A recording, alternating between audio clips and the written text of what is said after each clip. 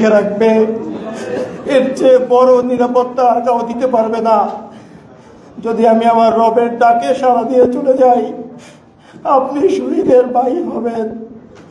আমার মাকে বলেছিল, আমি যদি মা চলে যাই, আপনি শহীদের মা হবেন, এর চেয়ে আর গর্বের কিছু নাই। কিন্তু আমি শহীদের ভাই হতে চাই নাই।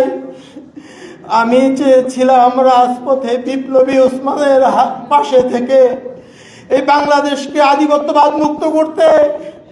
আমি চেয়েছিলাম ইনসাফের বাংলাদেশ যতদিন পর্যন্ত গঠন না হবে, আমরা রাজপথ ছাড়ব না।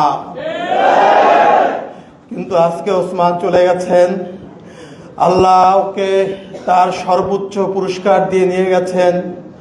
শুক্রবারের জুমার নামাজের পরে সে গুলিবিদ্ধ হয়ে পরবর্তী শুক্রবার রাতে সে ইন্তেকাল করেছেন সিঙ্গাপুরে। আমাদের পরিবার, ইনকলাব মঞ্চের ভাই ব্রাদাররা আমরা ঘটনার আকস্মিকতায় ধুমড়ে মুচড়ে গেছি। আমরা এখনো স্বাভাবিক জীবনে ফিরতে পারি নাই। জানি না আমরা স্বাভাবিক জীবনে ফিরতে পারবো কিনা।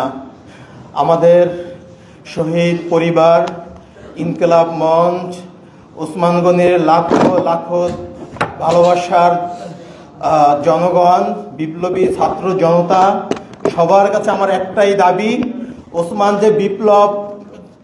যে বিপ্লবী আন্দোলন করেছিলেন, সে যে আন্দোলনের জন্য শহীদ হয়েছেন, পরবর্তীতে তার অসমাপ্ত বিপ্লবকে আপনারাই সমাপ্ত করবেন ইনশাআল্লাহ। আমরা ওসমান হাদির পক্ষ থেকে কোনো পারিবারিক আর্থিক সহযোগিতা চাই না, কোনো অনুদান চাই না, শুধু একটাই চাই, ওসমান হাদির অসমাপ্ত বিপ্লবকে আপনারা সমাপ্ত করবেন। আপনারা যদি রাজি থাকেন আমার সাথে ওয়াদা করেন, ইনসাফের বাংলাদেশ গঠন না হওয়া পর্যন্ত আপনারা শান্ত হবেন না।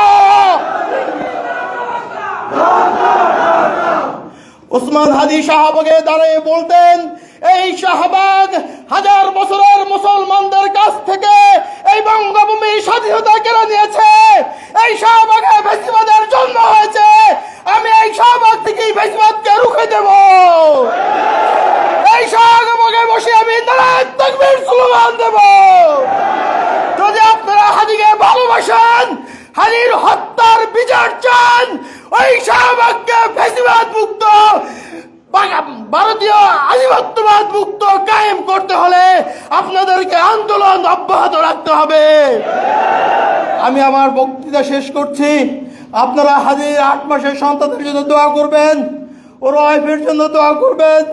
হাদির ছোট বোন, আমার বাবা মৃত্যুর পরে আমরা 2 ভাই অসহায় ছিলাম। আমার ছোট বোন আমাদেরকে বড় করেছেন, তার বেতনের টাকা দিয়ে আমাদেরকে পড়াশোনা করেছেন। ও খুব বেশি অসহায় হয়ে পড়েছে, মানসিকভাবে অসুস্থ হয়ে গেছে।